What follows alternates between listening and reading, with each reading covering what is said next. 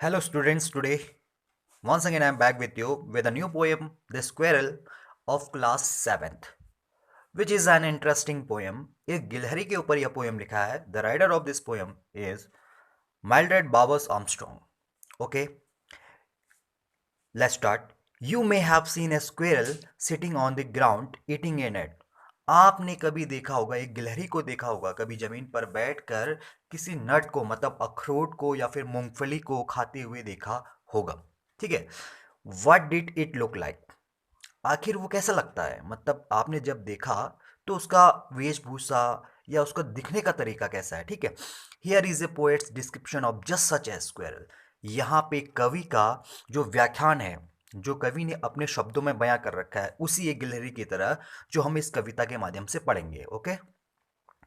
He wore a question mark for a tail and overcoat of grey. He sat up straight to eat a nut. He liked to tease and play. And if we ran around his tree, he went the other way. देखिए कितना अच्छा कविता है, poem है. अब देखो, आपने जब गिलहरी को देखा होगा, जो कभी आपने गौर किया उसके पूंछ को, जो उसका पूंछ कैसा लगता है, एक पंक्चुएशन मार्क, एक क्वेश्चन मार्क की तरह लगता है. बिल्कुल एक क्वेश्चन मार्क आप देख सकते हैं इसमें, इस वीडियो के बाद जो इसका एक पूंछ है. ठीक है. तो यहाँ बिल्कुल दिखाई दे रहा है कि क्वेश्चन मार्क की तरह लग रहा है. तो इसीलिए कवि भी कह रहा है, पोएट कह रहा है कि ही वोर ए क्वेश्चन मार्क फॉर टेल. वह अपने ऊपर प्रश्न चिन्ह जैसा पूंछ लिए घूमता है. मतलब प्रश्न चिन्ह जैसा मतलब पूंछ लिए घूमता है. उसने एक स्लेटी रंग का कोट पहना है, मतलब जो उसका एक ग्रे कलर का है. जो ओवर कोट का मतलब ये नहीं कि उसने कोई कपड़ा का बनाया हो, ओवर कोट पहना हो, नहीं.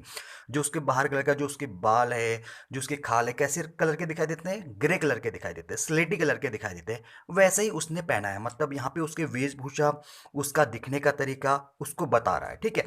ही set up straight to eat a nut. और वह क्या करता है, बिल्कुल सीधे बैठकर क्या खाता है, नट खाता है, अखरोट खाता है या फिर मूंगफली खाता है. He like to tease and play.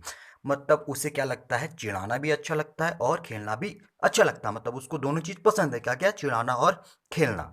And if we run around history, यदि हम यदि हम उसके पीछे दौड़ते हुए जाते हैं, मतलब वो कहीं किसी पेड़ पर बैठा होता है तो हम उस पेड़ के चारों ओर उसकी तरफ को भागते हैं, तो क्या होता है, देखो, he went the other way. और वह भी क्या करता है, विपरीत दिशा में उस पेड़ के चारों तरफ को जाने लगता है. ठीक है.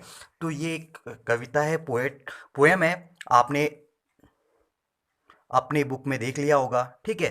तो यही एक छोटी कविता है क्लास 7 की, हनीकॉम्ब, जो वो text book, English text book honeycomb की है. ठीक है. So students, I hope you have enjoyed this poem, and we will be back once again after a few time with a new poem, new chapter, and thanks for today.